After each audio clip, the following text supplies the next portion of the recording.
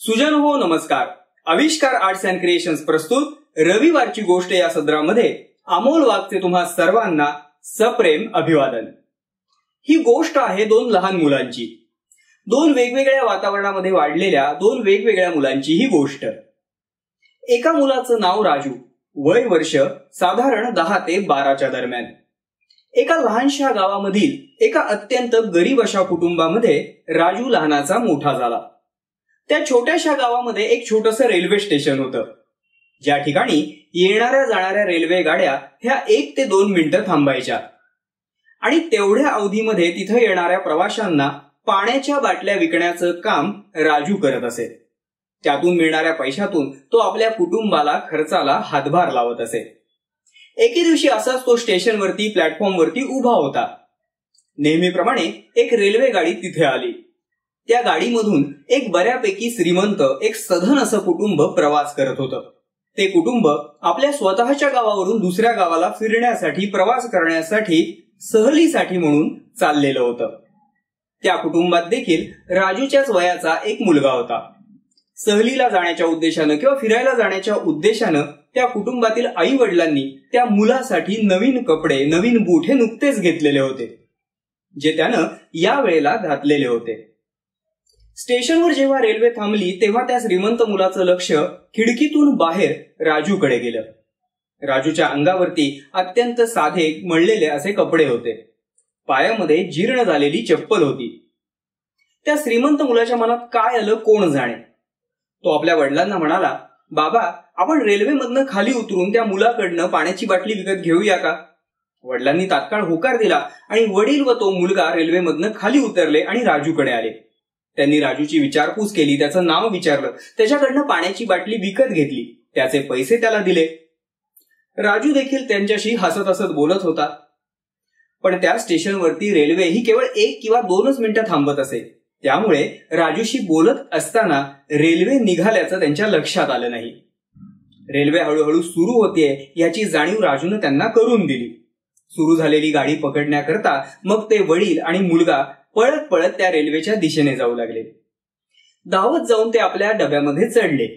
पण या सगळ्या गडबडीमध्ये त्या मुलाच्या एका पायातील बूट हा मात्र पायातनं निघाला आणि प्लॅटफॉर्मवरती पडला.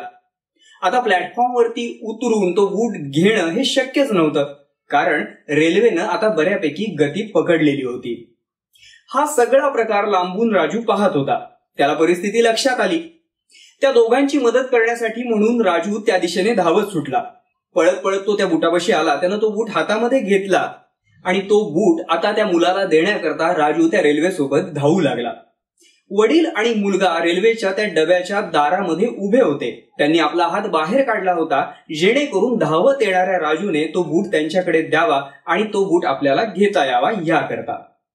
राजू शक्य तितक्या वेगाने जोरात धावण्याचा प्रयत्न करत होता, पण रेल्वेचा वेग मात्र त्यापेक्षा प्रत्येक क्षणाला वाढत होता. स्वाभाविकच राजूमध्ये आणि त्या दोघांमध्ये हळूहळू अंतर हे वाढू लागलं. आता धावत जाऊन बूट त्यांच्या हातामध्ये देणं हे शक्य नाही हे राजूच्या लक्षात आलं. आता एक शेवटचा प्रयत्न म्हणून राजूनं जितक्या शक्य होईल तितक्या जोरात आपल्या हातातला बूट त्या दोघांकडे फेकला, जेणेकरून कदाचित तो बूट त्यांच्यापर्यंत पोहोचेल आणि कदाचित ते बूट झेलू शकतील आणि पुन्हा आतमध्ये घेऊ शकतील.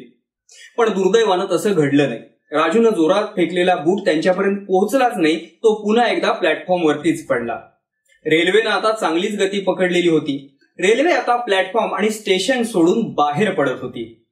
रेल्वेच्या डब्याच्या दारामध्ये उभ्या असलेल्या त्या लहान श्रीमंत मुलाच्या मनामध्ये विचार आला की आपला एक बूट प्लॅटफॉर्मवरती मगाशी पडला. तो त्या मुलानं देण्याचा प्रयत्न केला, पण तो काही आपल्यापर्यंत पोहोचू शकला नाही. तो बूट आता आपल्याला मिळणार नाही. आता आपल्याकडे केवळ एकच बूट राहिलेला आहे आणि स्वाभाविकच त्या एका बुटाचा आपल्याला काहीच उपयोग होणार नाही. पण आपण जर हा बूट देखील खाली प्लॅटफॉर्मवर फेकून दिला तर कदाचित त्या राजूला, त्या गरीब मुलाला हा बुटांचा जोड मिळेल आणि त्याच्यासाठी मात्र या दोन्ही बुटांचा उपयोग होईल. मनामध्ये जसा हा त्याचा विचार आला तसा त्याने तो कृतीमध्ये उतरवला. क्षणाचाही विलंब न लावता त्यानं राजूला जोरात हाक मारली आणि दुसऱ्या क्षणाला आपल्या पायातील जो दुसरा बूट होता तो खाली प्लॅटफॉर्मवरती फेकून दिला. गोष्ट इथेच संपते, पण आपल्याला खूप काही शिकवून जाते.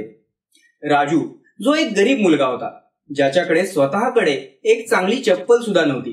त्याच वेळेला समोरच्या एका श्रीमंत मुलाचा बूट ज्या वेळेला रेल्वेच्या प्लॅटफॉर्मवरती पडला त्यावेळेला मला याच्याशी काय देणं घेणं, माझा काय संबंध, असा कुठलाही विचार न करता त्याचा बूट, त्याची वस्तू त्या मुलाला परत करण्याचा त्यानं मनापासून प्रयत्न केला.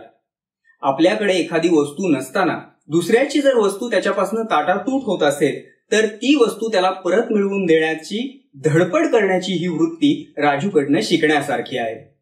दुसऱ्या बाजूला तो श्रीमंत मुलगा, आपल्या पायातला एक बूट आता प्लॅटफॉर्मवर पडलेलाच आहे. दुसऱ्या बुटाचा आपल्याला तसाही काही उपयोग नाहीये. पण आपल्याला जरी आता काही उपयोग होऊ शकत नसला तरी देखील तो जर आपण वेळीच फेकून दिला तर त्या गरीब मुलाला त्याचा उपयोग होईल, हा विचार त्या श्रीमंत मुलाच्या मनात आला. त्याची ही विचार करण्याची वृत्ती आणि उदारता ही सुद्धा शिकण्यासारखी आहे. आयुष्यामध्ये कित्येकदा असं घडतं की आपल्याकडे एखादी वस्तू नसते, त्याच वेळेला दुसऱ्याकडे एखाद्या सधन व्यक्तीकडे ती वस्तू असते. आपल्या डोळ्यांदेखत त्या व्यक्तीकडनं ती वस्तू हरवते, त्या वस्तूशी त्याची ताटातूट होते किंवा ती वस्तू त्याच्यापासून दूर होते. अशा वेळेला आपला त्याच्याशी काय संबंध, आपल्याला काय देणं घेणं असा विचार न करता जर आपल्याला शक्य असेल तर त्या व्यक्तीला त्याची वस्तू मिळवून देण्यासाठी आपण धडपड केलीच पाहिजे. तसंच कधी कधी असंही घडतं की आपल्याकडे एखादी वस्तू असते, त्याचा कुठलासा भाग खराब होतो, कुठलासा भाग हरवतो किंवा ती वस्तू आपल्याला आता कालबाह्य झाली म्हणून नको असते. अशा वेळेला आपल्यासाठी निरुपयोगी असलेली एखादी वस्तू कदाचित एखाद्यासाठी बहुमोलाचीही असू शकते. अशा वेळेला ज्या व्यक्तीला त्या वस्तूची गरज आहे त्यावेळी आपण त्या वस्तूचा कुठलाही मोह न ठेवता त्या व्यक्तीला ती वस्तू दिली पाहिजे. दुसऱ्याला मदत करण्यासाठी धडपडता आलं पाहिजे, दुसऱ्याला मदत मनापासून करता आली पाहिजे. माणूस म्हणून जर जन्माला आलो आहोत तर माणूस म्हणून जगता आलं पाहिजे. रविवारची ही छोटीशी गोष्ट तुम्हाला कशी वाटली हे कमेंटमध्ये आम्हाला नक्की कळवा. जर ही गोष्ट तुम्हाला आवडली असेल तर लाईक करा, तुमच्या प्रियजनांसोबत शेअर करा. या आणि अशा बोधप्रद प्रेरणादायी गोष्टींचा आनंद घेण्यासाठी आमच्या आविष्कार आर्ट्स अँड क्रिएशन्स या चॅनलला जरूर सबस्क्राईब करा. धन्यवाद.